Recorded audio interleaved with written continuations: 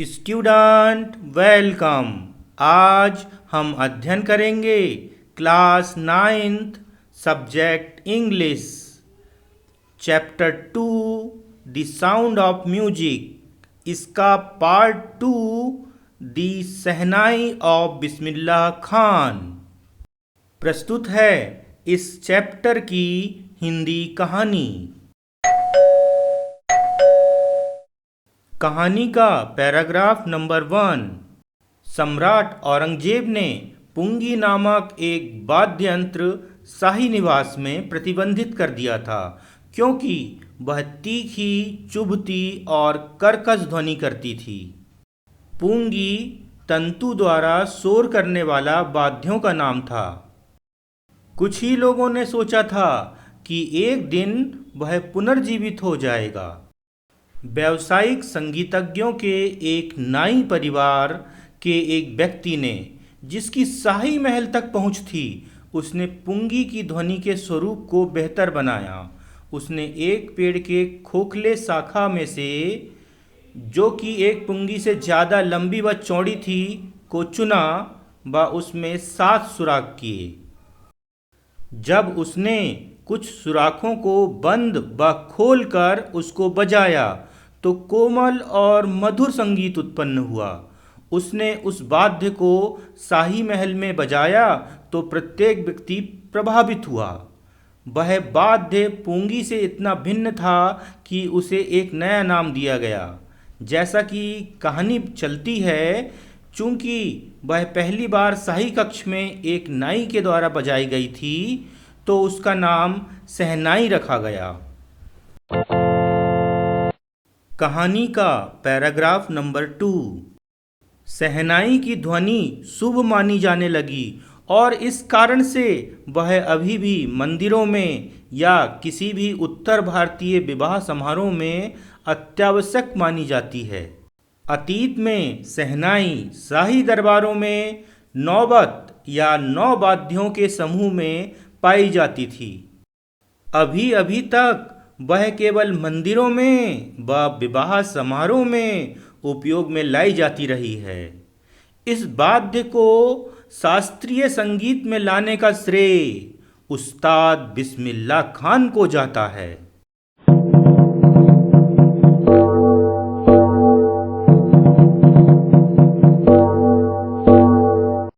कहानी का paragraph number 3।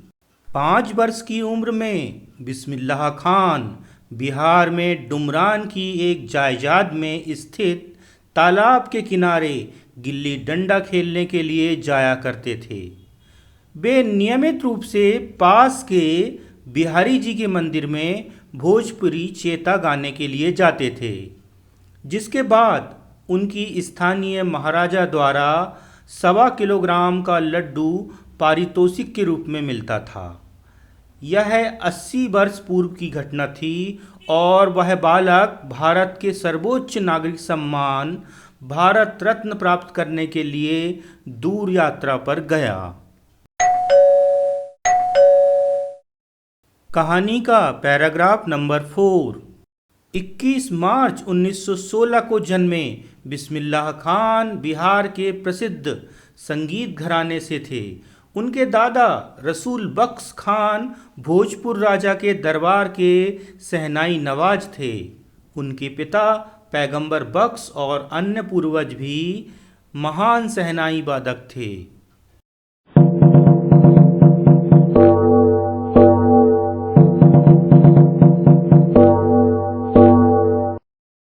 कहानी का पैराग्राफ नंबर 5। युवा बालक ने संगीत को अपने जीवन की प्रारंभिक अवस्था में अपना लिया था। जब वह 3 वर्ष के ही थे, उनकी माता उनके मामा के घर बनारस ले गई। बिस्मिल्लाह अपने मामा के शहनाई वाद्य के अभ्यास से बहुत आकर्षित हुए। शीघ्र ही वे उनके मामा अली बख्श के साथ विष्णु के मंदिर में, जहां वे दिन भर अभ्यास करते थे, वहां जाने लगे। कई वर्षों तक बालाजी व मंगला मैया के मंदिर में गंगा किनारे इस युवक के पसंदीदा स्थान बन गए, जहां वे एकांत में अभ्यास करने लगे। बहती गंगा के प्रवाह ने उन्हें रागों के जो पहले शहनाई के क्षेत्र में बाहर थे उनमें सुधारने और नई रागों के आविष्कार की प्रेरणा दी। कहानी का पैराग्राफ नंबर 6। 14 वर्ष की उम्र में बिस्मिल्लाह खान अपने अंकल के साथ इलाहाबाद म्यूजिक कॉन्फ्रेंस गए। शहनाई वादन के बाद उस्ताद फैयाज खान ने युवक की पीठ ठोंकी और कहा, कठिन परिश्रम करो, तुम इस पर अधिकार कर लोगे।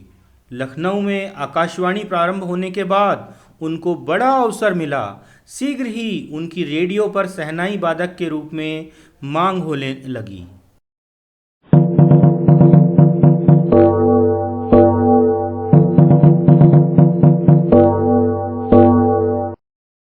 कहानी का पैराग्राफ नंबर 7। जब 15 अगस्त 1947 को भारत स्वतंत्र हुआ तो वे राष्ट्र को अपनी शहनाई के साथ बधाई देने वाले प्रथम व्यक्ति थे।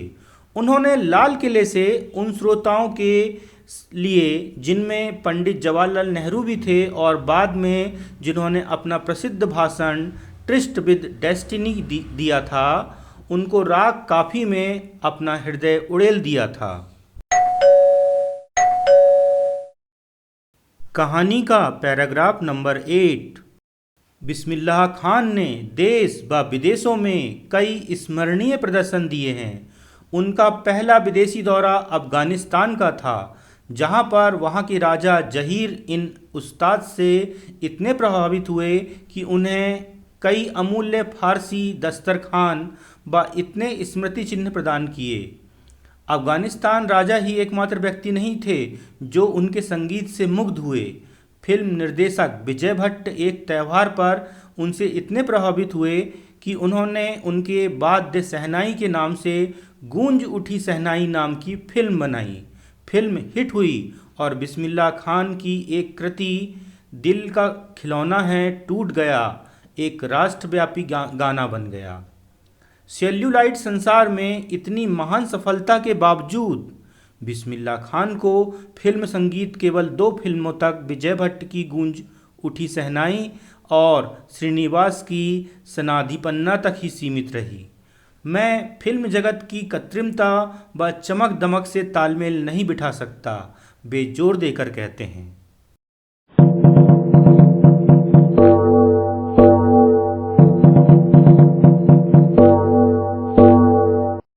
कहानी का पैराग्राफ नंबर 9। इनाम और मान्यताएं बहुत संख्या में बड़ी शीघ्रता से आने लगी।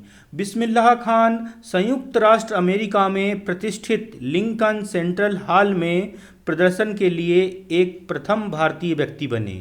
उन्होंने मॉन्ट्रियल के वर्ल्ड एक्सपोजिशन में और ओसाका के व्यापारिक मेले के आर्ट फेस्टिवल में भाग लिया।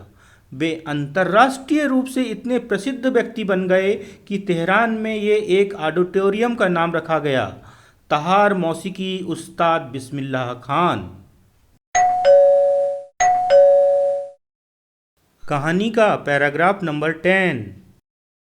उस्ताद बिस्मिल्लाह खान को अनेक राष्ट्रीय पुरस्कारों जैसे पद्मश्री, पद्म भूषण, पद्म विभूषण से भी नवाजा गया।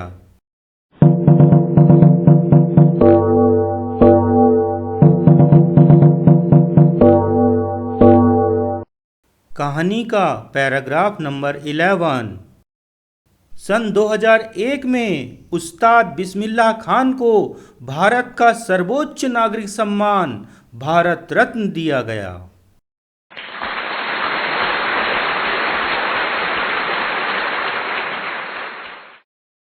बहुअभिलाषित भारत रत्न का मेडल उनके सीने पर लगाया गया और उनकी आंखें खुशी के दुर्लभ अश्रु से पूर्ण थी।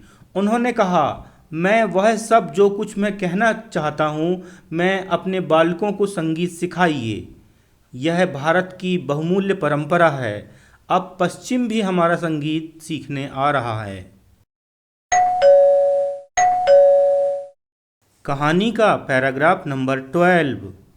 संपूर्ण विश्व का भ्रमण कर चुकने के बावजूद खान साहब, जैसे कि वे प्यार से बुलाए जाते हैं, बनारस व डुमरान से प्यार करते हैं और ये उनके लिए विश्व के अद्भुत नगर माने जाते हैं।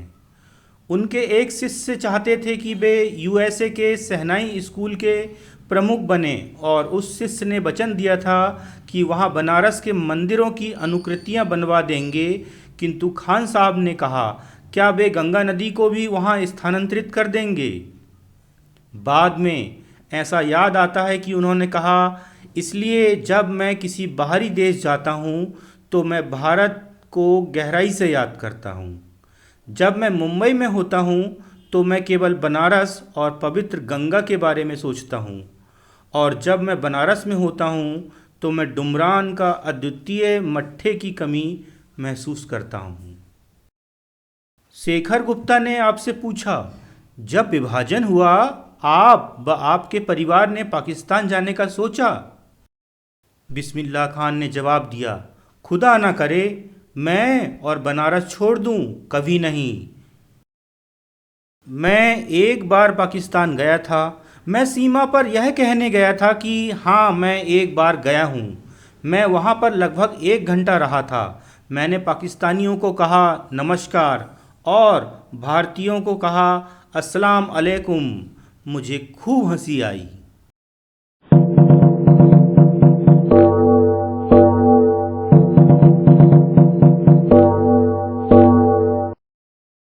कहानी का पैराग्राफ नंबर 13। उस्ताद बिस्मिल्लाह खान का जीवन भारत की समृद्ध विरासत का पूर्ण उदाहरण है।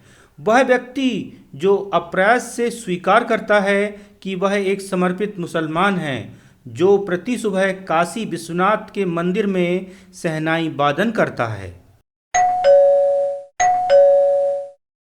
कहानी का पैराग्राफ नंबर 14। उस्ताद बिस्मिल्लाह खान 21 अगस्त 2006 को लंबी बीमारी के पश्चात 96 वर्ष की उम्र में स्वर्गवासी हुए। उन्हें राजकीय सम्मान से विदाई दी गई व भारत सरकार ने एक दिन का राष्ट्रीय शोक घोषित किया।